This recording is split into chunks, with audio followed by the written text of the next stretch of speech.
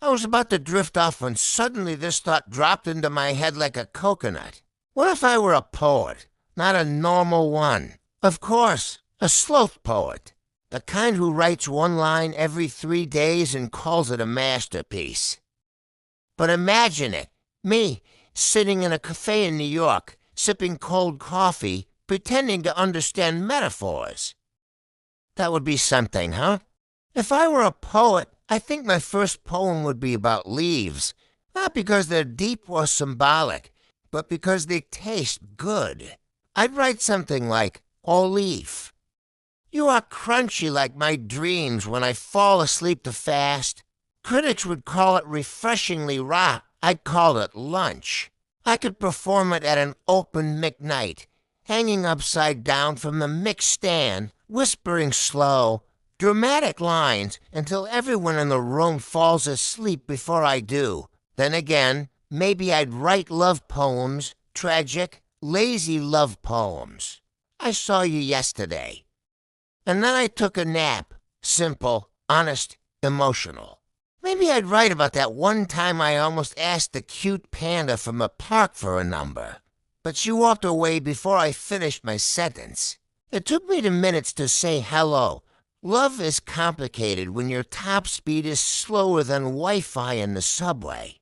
If I were a poet, I'd probably be terrible at deadlines. Editors would call and ask, "Where's your next poem?" And I'd say, "It's growing, organically."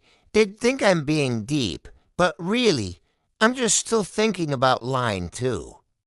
Inspiration moves slowly through me, like a sleepy turtle crossing Central Park. But hey, maybe that's the point. Poetry that doesn't rush, poetry that breathes, poetry that yawns halfway.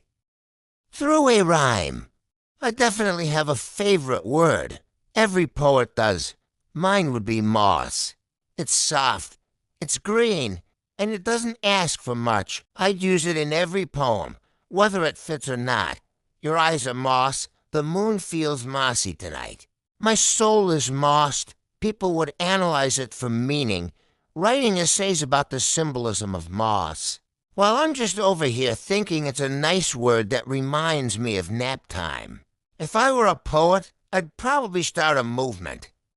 The slow poetry movement. We'd write one haiku a month and call it spiritual discipline. Our motto would be words need rest too.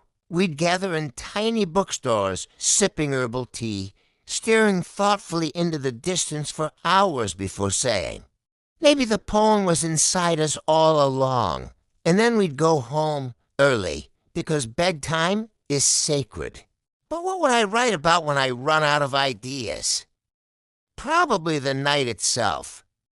Nights are full of poetry, the way the city hums like it's dreaming, the way the moon peeks through clouds like a shy friend, the way my brain refuses to shut up. I'd write about the sound of distant traffic mixing with the creak of my hammock. The kind of poem that smells like quiet and sounds like thoughts that never end. If I were a poet, I think I'd finally understand humans a little more. You all write poems to make sense of your feelings, right? To turn confusion into something beautiful. Maybe I'd do that too. Write about the ache of missing something you can't name. Or the tiny joy of finding a perfect leaf. Maybe poetry isn't about speed or perfection. Maybe it's about noticing. And I'm really good at noticing, mostly because I move so slowly I can't miss anything. Still, I wonder if poetry could change me. Maybe I'd stop being so afraid of big feelings, like loneliness or love or Monday mornings. Maybe I'd finally say the things I keep inside, even if it takes me a week to find the words. Maybe poetry would give me courage, or at least a good excuse to stay up all night talking to myself like this. Because isn't that what poets do? And now it's almost 4 a.m., and I've written exactly 0 poems. But somehow I feel like I have. Maybe the poem isn't on paper. Maybe it's just floating around in my sleepy brain, whispering things I'll forget by morning. If I were a poet, I'd probably write about this exact moment.